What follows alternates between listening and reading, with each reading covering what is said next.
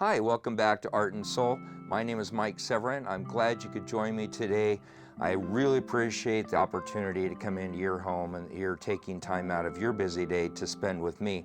Hopefully you'll be painting along with me, and this is all about a creative process and taking a little bit of time for yourself to express yourself in some way, whether it be in painting in this case, or in your garden, or pottery, or jewelry making, whatever it might be. It's just really important, I believe, to take that time to do that creative outlet for yourself. So today, what we're going to be doing is we're going to be painting a scene that's very similar to this one here behind me. It's an aspen grove, a lot of really bright colors, an autumn day, and kind of a fun little painting. Very simple to paint, and we're going to show you how to do that today. We're working on our basic 16 by 20 canvas, stretch canvas, and then on our palette, I'll go through really quickly what we're using.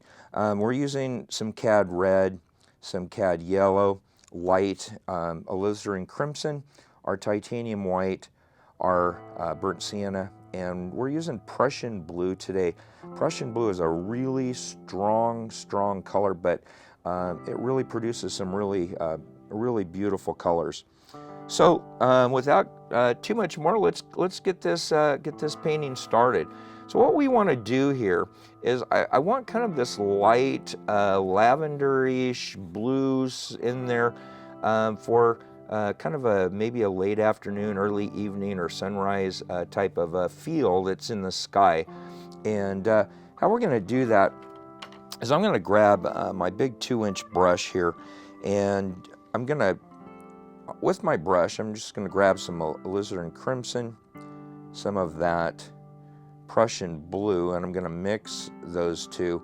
And what we're trying to do here is we're trying to get kind of a nice lavender color, and it's probably hard to see that on the palette there. So we're just going to add in just a little bit of the titanium white, and you can see it's kind of a nice little lavender color. And I want to grab just a hair bit of paint thinner on there so that it makes that fluid on the canvas. And so we come up here, and I'm just the corners are going to be maybe a little darker, and we'll lighten those up here in a little bit. But I just want to hit these corners with kind of this darker, really a beautiful color that alizarin crimson and the Prussian blue makes. So I'm going to grab now just a big glob of the titanium white on my brush, and I'm going to come up and I'm just going to start bringing this in, and it's at this point is very it's way darker than what I'm wanting. I'm wanting this to be pretty light, actually, or a lot lighter than what it is. So again, I'm just grabbing straight titanium white, and we're mixing the paints right on the canvas here. And by doing that, what happens is you end up with a really nice variation in colors. It's not all one color. And if you look at nature, it's just a continual variation of colors. Even though it may be green, there's probably 50 different shades of green that's in there. And so we're going to have, it's probably a little lower than what we need to for our horizon line, but that's okay, because we're going to be coming back over the top of that with our background. And so what we've done here, you can see I've just kind of spread this out over the canvas, and I've left gaps in there. And what I want to do now, without cleaning my brush, I'm going to go straight into that Prussian blue, and I'm going to grab a little bit of that white, so we kind of get a nice light blue here, which is what we're wanting. And because there's still some of that lavender that's on the brush, it gives us a really beautiful blue. And I want to take that and just lay that in now over the top of what we've already created there. And I don't want to overwork it, because if I overwork it, I'm going to end up with some mud, and I don't want mud. So I just take as few strokes across it as what I need to get the effect I want. And then I come back and reload.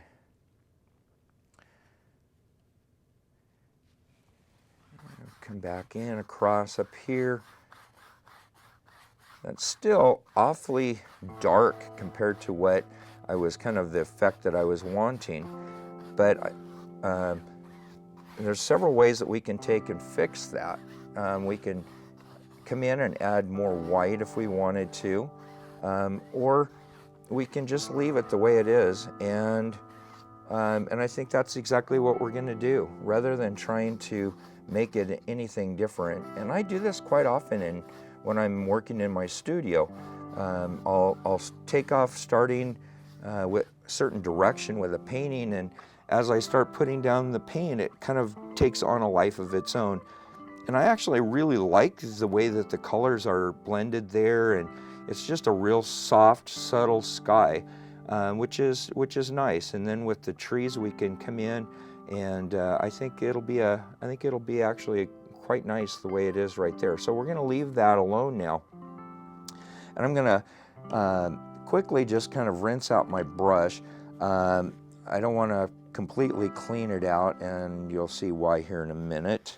But I'm just getting just the excess paint off of it. And what we want, like I said, we're trying to accomplish this beautiful fall scene. And so we've got a lot of oranges and yellows in here. And so we're just going to kind of just start varying that across for this foreground and the trees that are in the background. And so we're just going to kind of just start laying in kind of some of this ground that's across here.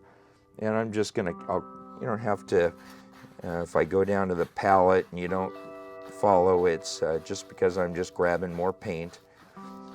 And I want to vary that a little bit, so I'm just going to take in just a touch of the alizarin crimson, and I'm going to bring that in. So I've got that alizarin crimson as well as that cad red on my brush, and so it starts blending, which gives us a nice, really nice variation of color across there. And I'm wanting this to be, to be pretty much on this orange side with some of these lighter areas than others. And the reason why is because it's going to make those white aspen trees really pop out. And I think that'll be really, really nice to have. When I was young, lived in Colorado, and I remember staying at my grandparents' house, and right next to the bedroom that we would stay in when we stayed at Grandma and Grandpa's house, there were a bunch of these aspen trees, and from the little time I was a little kid, I just loved them. I thought they were really beautiful, and I loved laying there at night in the summer especially and hearing the leaves rustling. It was really peaceful to me. I wish we had more of them in Oregon. There's a few places that have them, but not very many. So, as you can see, as I was talking there, I've just been continuing on bringing back and forth between those oranges as well as that alizarin crimson, just to vary that terrain that's in there. And we're just trying at this point, if you've painted with me before, you know, this process on this stage of the painting is all underpainting.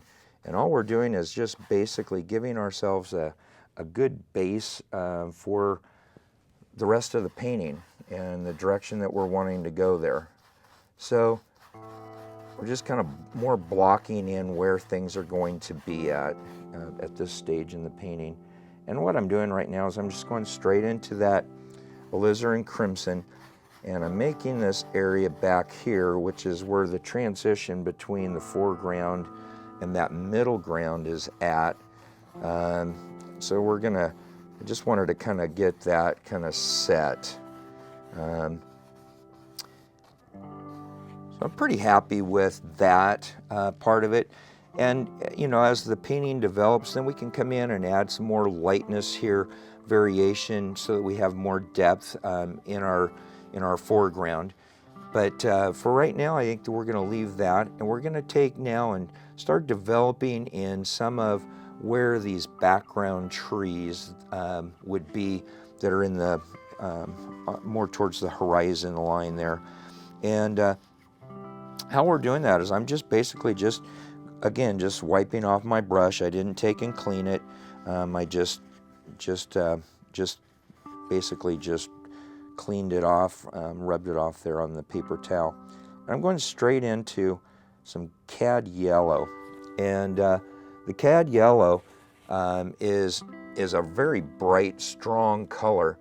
And we're going to take, you'll see as we start doing this, that it's going to, because I've got that alizarin crimson and I've got that cad red on my brush, it starts blending right there on the canvas, which is what I want. It's a constant variation, and that's what you see in nature, is that blending of colors and differences in colors. And every now and then I'll take and bring in some oranges and bring in some of that alizarin crimson. And alizarin crimson with the combination of that bright yellow cad really makes some beautiful oranges. I really like the way those colors look together. So I'm just grabbing some of that alizarin crimson, and as you can see, I'm just taking and I'm just pushing the brush, and I'm varying the direction of it so that basically we're giving the illusion of some trees that are in the background there. And you know, at this point, these things are way back in the background, and when we get these trees up front, all these aspens, a lot of what you're seeing that we're painting right now is not going to even be seen because of the trees that are in the foreground. But it's still there. It's an important part of it because you are going to see that poking through in between those big aspen trees that we're going to paint. So as you can see, I'm really just varying the angles of my brush, grabbing up different colors. Like there, I just grabbed some alizarin crimson. You know, leaves change at all sorts of different rates, even on the same tree. So don't be afraid to, you know, to switch it up. That's the fun of this, is, you know, you kind of create these little stories about what's happening, you know, in nature and what you're seeing. And I like having that bright one there. That's a good one. I'm just going to grab a little more alizarin crimson. And, you know, that's the one thing, too, I'd like to point out is don't be afraid to use paint. How much paint you put on, you know, a lot of times really affects how the painting looks in the end, because if you try to skimp it and try to do it too thin, it just doesn't have the vibrance. And this is a painting here that we're wanting some real vibrance and differences in the colors. So really liking the way that's looking there. And as you can see, just by changing the angles of my brush, it really gives the effect of those trees and the outlines that they would be against the skyline there. And what I want to do now is I'm just going to take and just wipe my brush off, get some of that excess alizarin crimson off, and I want to go straight into that cad yellow now. And I really want to take and come across, especially some of these dark ones here, and maybe up here right on the skyline. I just want to take and just do some real, where the sun is just popping those, where they're just real bright. And I'm just tapping, just tapping, not taking I don't want to overwork it, because if you overwork it, you're going to end up with a real muddy looking, and it's not going to have the effect that we're trying to accomplish. And maybe some across here on these. And again, because we've got that dark down, these really stand out. I really like that. I like the way that looks there. And if you notice, I'm just kind of following the contour of the bushes that we've already kind of established there, and where the sunlight might be hitting on those. And I started their work hitting too much with it, and I was losing some of that brightness of that cad yellow. So I had to wipe off the excess and reload.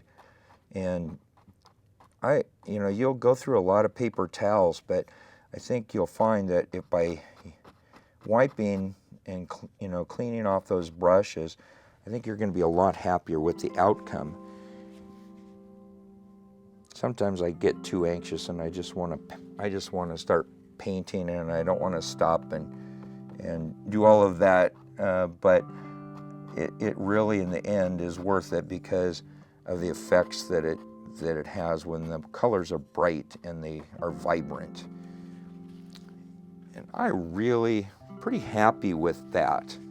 I'm going to take and darken this right along here where that tree line would be at. So I'm just grabbing some of the Prussian blue with the alizarin crimson. It's a real dark color. It's actually more towards the blue side, but what I want to do is I just want to take and just darken this up. I need a little bit more in there and I'm going to grab maybe just a hair bit of the burnt sienna. It'll make it a little, if you remember right, those are the combinations that I used to create that black, but this case it's a little more towards the blue side. I don't want it black like we would have if we were trying to actually make it solid black. We just want a darkened area in here where it would be shadowed maybe. It's a little more, and I kind of rush here in the studio just because the time restraints, but when you're working there at home, take your time and get that color the way you like it. And I want to take this and I want to kind of blend it now back into those bushes and trees that are in the background. I don't want a real solid line across here. I want it to just blend and kind of just flow into those background bushes and trees. That looks pretty good. We can add a little more to that as we go along, but I think that's good for right now. And then I would just want to take this, and I just wipe my brush off, and I'm just kind of making a little bit of a line across there, and maybe varying that terrain just a little bit, so that it's not just a straight across vertical.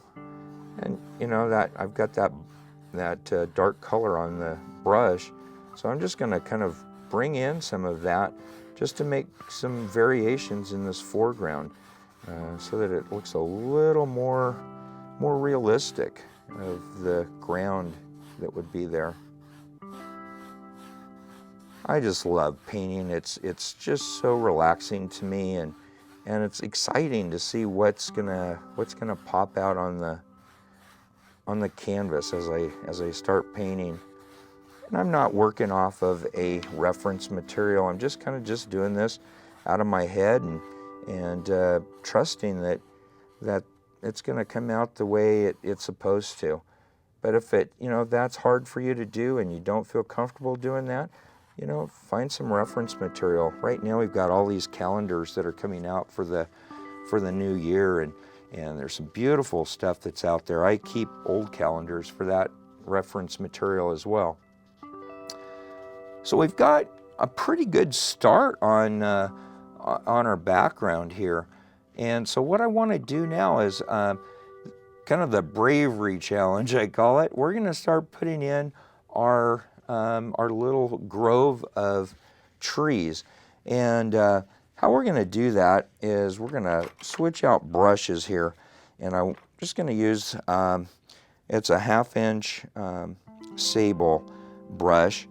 And we want, as an underpainting, if you look at the painting we have here on the back here, if you could look in close, the background base color is a gray, and that's what we want, is we want kind of a gray that we can take then and put on the next layer that has that bark and makes it look like it's the aspens that they are. So I'm just grabbing on my brush a bunch of white and just going down into my little pile here of that dark color, and it's really mauvey at this point. So how we're going to gray that down is we're going to bring in some burnt sienna into it and a little bit more of that Prussian blue, and we get ourselves kind of a nice grayish blue color, which I like that, and that's going to work out well. And so I'm grabbing some paint thinner on my brush, and I'm just making this very liquid, because if you remember, I've talked about it before, thin paint will stick to thick paint. So the colors that we've got down right now are pretty thick, so we want a thinner paint to do these, because the paint is still dry on or still wet on the canvas.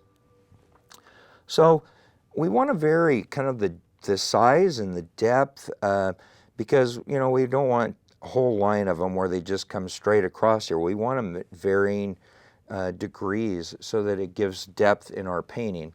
And so we're just going to do the bravery test here. We just take it right over what you just painted. We just take and make a big old swipe down through the middle of it. And it's kind of scary, actually, the first couple of times you do that, because it's like, oh no, I just messed up. And it's going to look pretty messy here for a little bit till we actually start making the aspens white colored. And so I'm just taking different stages here. Maybe we'll go a little farther down with that one. And maybe this next one we'll do a big, thick one. Maybe this guy's the grandpa of the grove. And we'll just actually bring him completely off of the canvas down here at the bottom. And as you're seeing, we're picking up a lot of those colors that we already painted, and that's fine, because you would have a lot of reflective light in nature. It's not always just one color. It's picking up the colors around it. So it would be realistic that you would be picking up some of those other colors. And I just want to take maybe this one, he comes down and he goes back behind this one. Maybe he comes over and he plops in the ground there. And because this is the one that's in the foreground, I'll just come right back over the top. That way it pushes that one I just did coming across behind it. They're not all going to be the same size, the shape, some will be thick, maybe some will be crooked. Maybe they've got a little bend in them.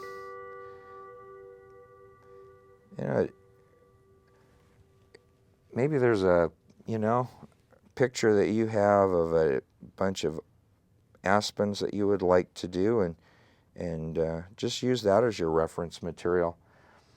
It's all up to you and what you want to do to make it your painting. but most of these are pretty straight. That's one of the things that's really beautiful about seeing a grove of aspens, is that it's kind of like they're all just soldiers that are standing up there in the forest, guarding the forest. It's kind of a cool little idea. And we're running out of time as usual. So what I'm going to do is give you a little assignment here. Between now and the next show, block in some of these trees, and between now and the next show, we'll take and do the same thing. So you can make them as close together as you want, or as far apart as you'd like. But I think we're going to have a really nice little painting when that's finished up. I think it's one that your friends and family are going to look at and go, "Wow, you did that!" And that's the fun part of it. It's to make you happy, but if it makes somebody else smile, that's okay too. I want to leave you with this. We talked about trees and today, and we plant seeds in our life all the time and along the way. But planting a seed, you need to take the right soil.